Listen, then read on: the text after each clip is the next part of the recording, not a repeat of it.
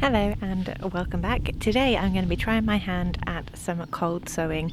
The theory of this being that you plant your seeds in the cold, be that before the winter, during the winter, so that the seeds are exposed to cold. That gives them some cold stratification, so anything that needs that period of cold in order to germinate in spring, it gets it in the winter. Otherwise the seed just sits and waits for the right temperature and the right conditions for it to germinate on its own.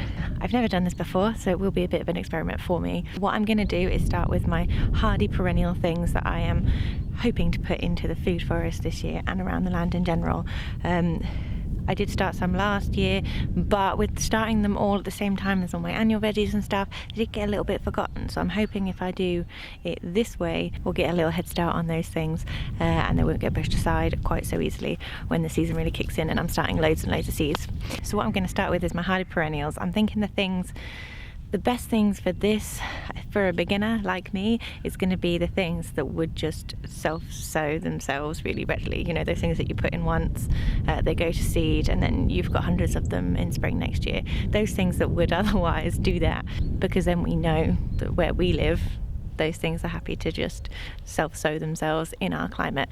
So I'm going to start with some of those things. I might also do some of my hardier veggies, some brassicas, some leaves and things like that. So we'll see how we go. So my plan for this is I'm just going to take one of the cold frames out into the fields, use one of the beds. I'm not going to direct sow in the bed. I'll put pots on there. I want it to go out in the field because it gets full sun out there, and that is a lot of the time our limiting factor here is the daylight hours. So hopefully this will save me some indoor sowing space later on in the season, and we'll get a little head start on some of our hardy stuff for the food forest. Let's go.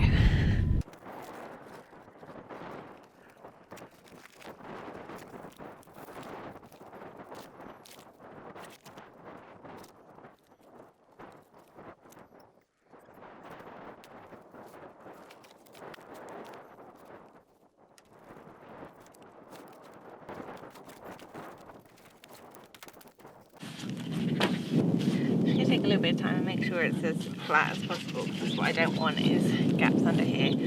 I want this to be as closed a system as I can feasibly make it while it's out here. I'm putting the cardboard down just because I slightly lost control of these no-dig beds, so this is just sort of a refresh on the no-dig. I'll put more compost on here before I actually plant in here, and secondly just because I don't want weeds to take over in here. I'm creating a perfect environment for them.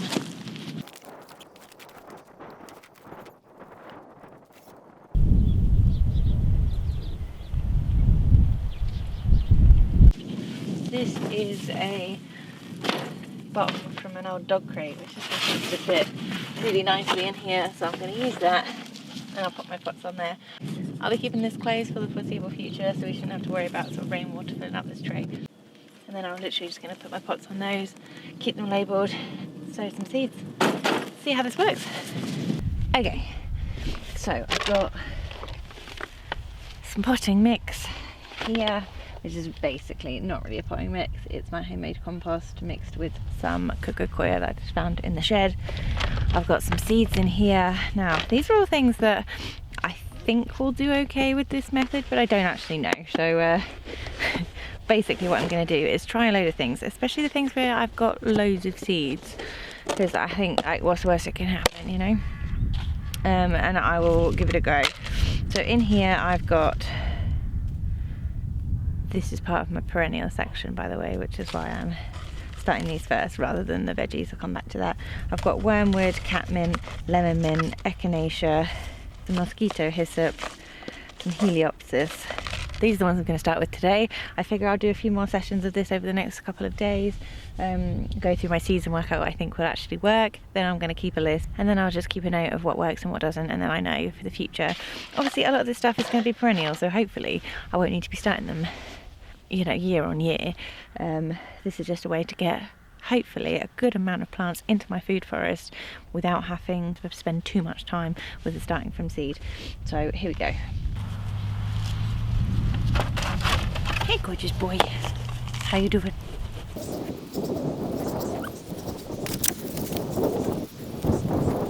I'll be sowing quite densely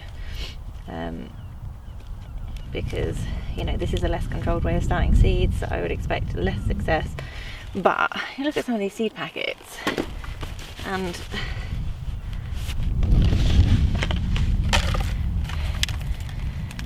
you know, that's a load of tiny seeds. 5,000 for something that should be perennial. You know, even if this doesn't work, I'll sprinkle maybe 100 in here, and then what's the worst that can happen? You know, if they don't work, they don't work. Right. And then if they do well, and there's a lot of seedlings that come out of these and they germinate well, then I will just separate them once they've got some true leaves, and then when I'm ready to plant them out. The beauty of this system as well is that you don't actually have to be hardening off anything, because everything has germinated outside. I just have so little space indoors to start seeds, so I really do want to prioritise, you know, those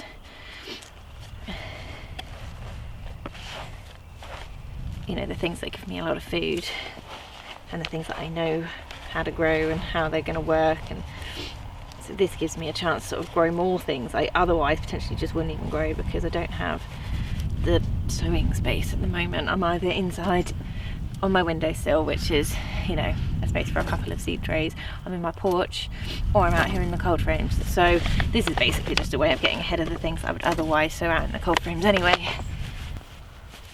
So what I'm going to do is sprinkle some seeds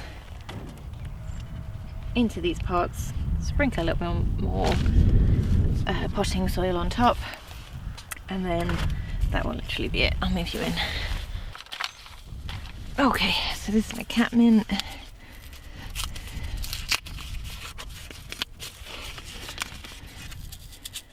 I'm gonna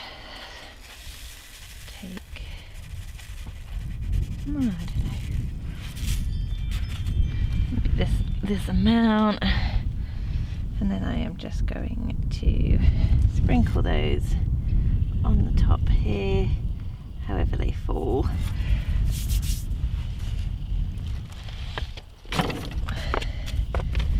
Then I'll grab some more compost, sprinkle that over the top. They're only tiny seeds, so only a little layer on top.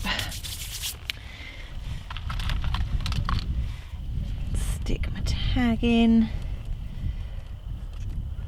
Once I've done all of these, I'll sprinkle some water over the lot, and then hopefully, I don't expect they'll dry out too badly out here with the lid closed, but I'll keep an eye on them, make sure they don't dry out, and otherwise that's all. I'll just carry on and do the rest. I've not sowed all of those seeds, there's still some left, so that anything that doesn't work out this way I can redo in the more traditional way later on.